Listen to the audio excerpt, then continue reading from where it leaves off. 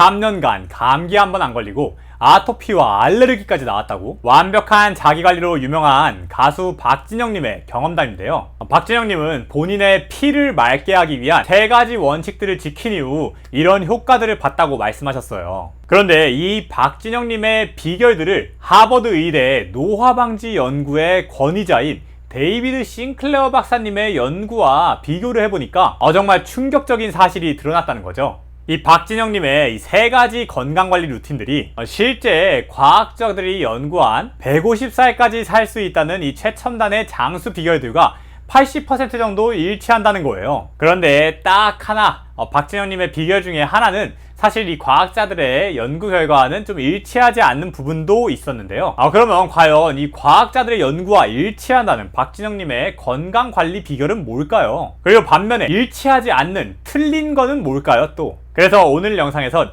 이 박진영님이 본인의 피를 맑게 하기 위해 하는 3가지 루틴들을 설명드리고요. 이 루틴들을 노화방지의 권위자 데이비드 싱클레어 박사님의 연구 결과를 토대로 완벽히 분석해 보려고 합니다. 그러니까 궁금하시다면 영상 꼭 끝까지 봐주세요.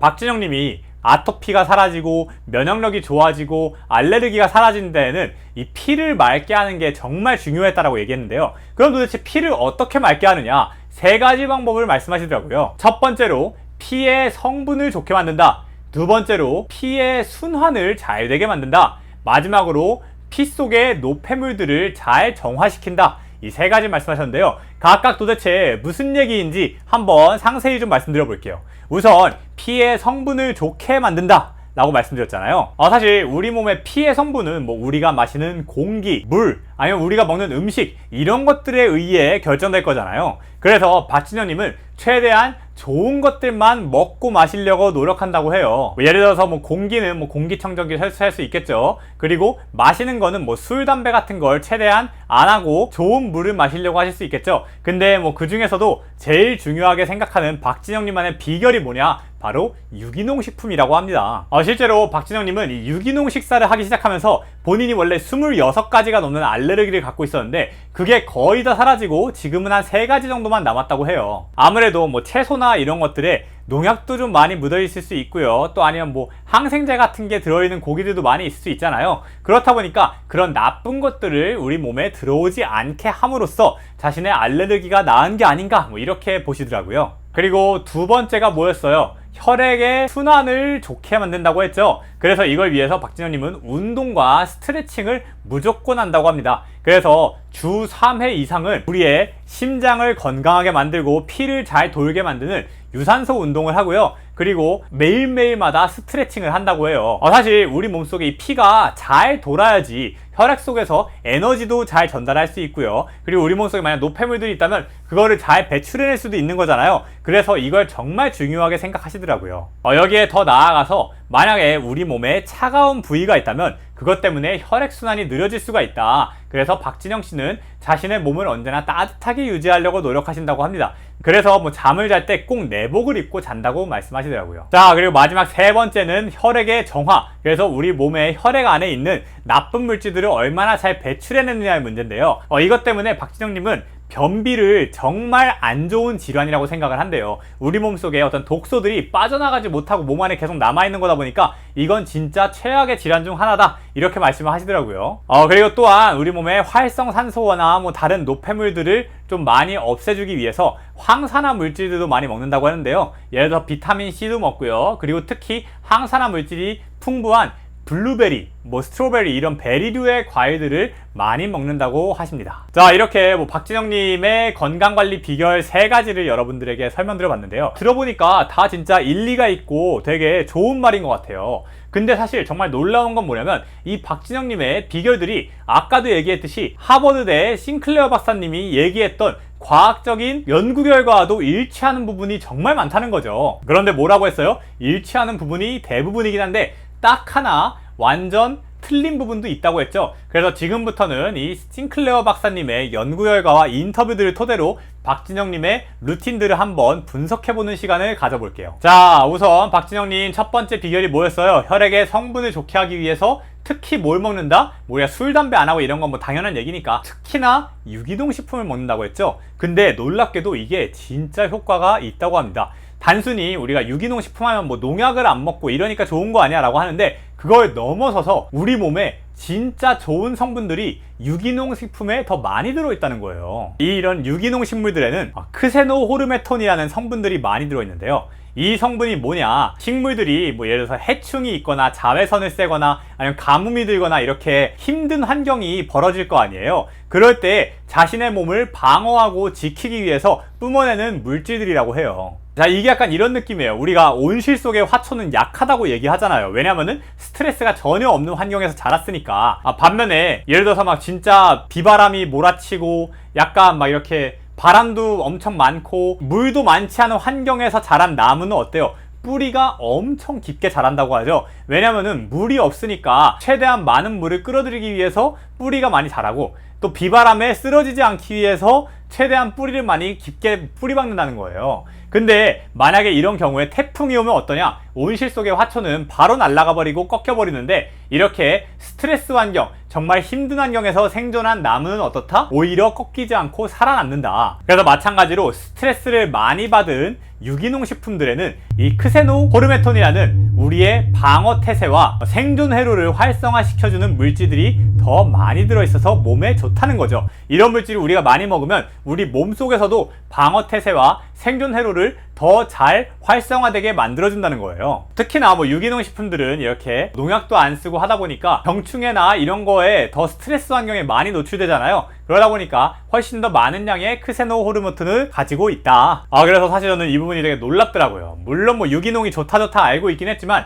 단순히 뭐 농약이 없으니까 좋겠지 이렇게 생각을 했는데, 이렇게 내 몸에 좋은 물질들이 더 많이 들어있는 효과도 있구나, 이런 생각이 들었고요. 그래서 뭐 JYP 같은 경우에는 실제로 직원들 식사를 전부 다 유기농 재료로만 만든다고 하잖아요.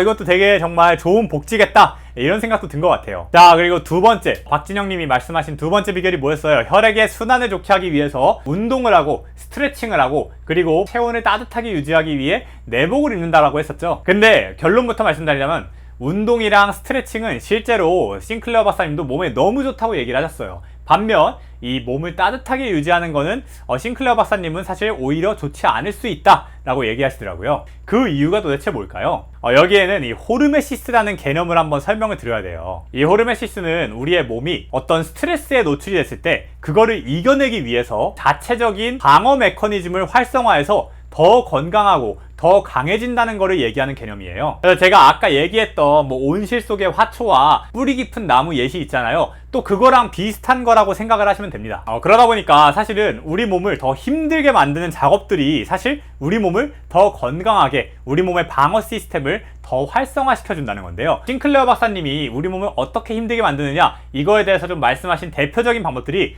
첫 번째로 단식이 있어요. 몸을 간헐적으로 많이 굶게 만드는 거. 그리고 두 번째로 말씀하신 게 격렬한 운동이 있습니다. 그냥 중강도 저강도의 운동이 아니라 진짜 숨이 턱끝까지 찰 정도로 엄청 힘든 운동을 가끔씩 해주면은 이것도 우리 몸에 호르메시스를 불러와서 몸의 방어 시스템을 활성화시킨다. 그리고 마지막으로 말한 게 뭐냐면 이제 냉기 노출입니다. 우리 몸이 이렇게 차가움에 노출이 되면은 미토콘드리아를 만드는 AMPK 경로도 활성화되고요. 서투인 유전자도 또 여기서 활성화를 시켜줄 수 있다고 해요. 왜냐면 서투인 유전자가 약간 우리 몸을 최대한 고쳐주고 에러가 없이 잘 돌아가게 만들어주는 유전자잖아요. 근데 우리 몸이 힘든 상황이니까 뭐야, 이렇게 힘든 비상 상황이면 내가 열심히 일을 해야지 이 상황을 극복할 수 있겠는걸? 왜냐면 힘들면 또 몸이 에러가 나거나 이럴 가능성이 높아지니까요. 그래서 서투인이 더 활성화가 되는 게 아닌가, 뭐 이렇게 얘기를 하고요. 또 우리가 이 추위에 노출이 되면은 갈색 지방이라는 것도 활성화가 된대요. 이 갈색 지방은 지방 중에서도 특히 열을 뿜을 수 있는 되게 특별한 지방인데요. 이 갈색 지방 안에는 미토콘드리아가 풍부하다고 해요. 그래서 우리가 만약 추워졌다 그러면은 이 지방을 미토콘드리아를 활용해서 연소를 하면서 열을 뿜어낸다는 거죠. 이러면 어떻게 되겠어요? 우리 몸의 지방도 줄어들고 또 신진대사도 개선을 시켜주고 심지어 혈당을 낮춰주는 효과까지 있을 수 있다. 그리고 아까 박진영님의 세 번째 비결이 뭐였어요? 우리 피의 정화, 그래서 변비가 없어야 되고 또 뭐 비타민C나 베리류 같은 항산화 물질을 많이 먹는다고 했었죠. 이거에 대해서는 역시 데이비드 싱클러 박사님도 베리류는 정말 최고의 과일 중 하나다, 이렇게 말씀하시더라고요. 이 블루베리에는 특히 안토시아닌이라는 성분이 들어있어요. 이 안토시아닌은 비타민C의 2.5배 정도의 항산화 효과를 갖고 있는 정말 좋은 성분인데요. 그렇다 보니까 블루베리를 자주 먹는 거는 정말 몸에 좋겠죠. 사실 그뿐만이 아니에요. 이런 베리류의 껍질에는 레스베라트롤이라고 불리우는 물질도 들어있거든요. 근데 이 레스베라트롤이 뭐냐? 이것 또한 싱클레어 박사님이 굉장히 많이 연구한 물질인데요. 아까 우리가 서튠이라는 장수 유전자 얘기했잖아요. 이 장수 유전자가 더 빨리 더 잘 활동할 수 있도록 만들어주는